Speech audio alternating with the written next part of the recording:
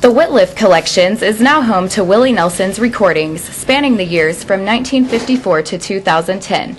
The assortment contains 877 recordings. The Whitliff Gallery already had some Nelson memorabilia.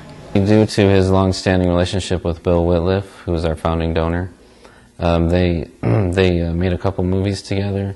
Bill Whitliff, among his many talents, is a screenwriter, and he wrote a couple screenplays for Willie. The recordings were purchased over the summer from collector John Kalinsky for an undisclosed amount of money.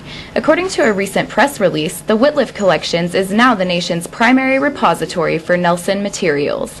Miner says the institution is working to digitize the extensive collection of LPs, audio cassettes, VHS tapes, CDs, and DVDs. We think that anybody who has any interest in Willie Nelson, especially, of course, will want to come in and listen. Some fans see Texas State as the ideal location to house Nelson's artifacts. It's pretty cool that we got it here because it almost makes more sense because we're actually more centered to all the places that he used to play, like Green Hall and a lot of the outlying areas. Admission to the Whitliff Collections is free, and all exhibitions have barrier-free access.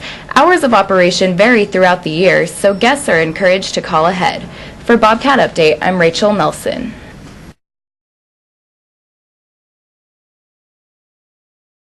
The LBJ Museum is celebrating Dia de los Muertos throughout this week by placing an altar on display.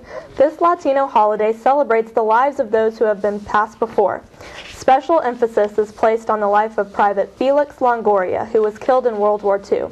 Longoria's body was denied burial at the community cemetery in his home of Three Rivers because he was Hispanic. In his freshman year as senator, Lyndon Johnson intervened to allow Longoria to be buried at the Arlington Cemetery.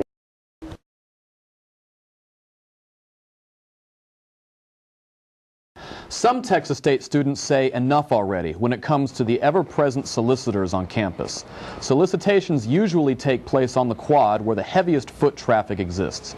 According to the University Star, organizations distributing flyers have incited criticism from students.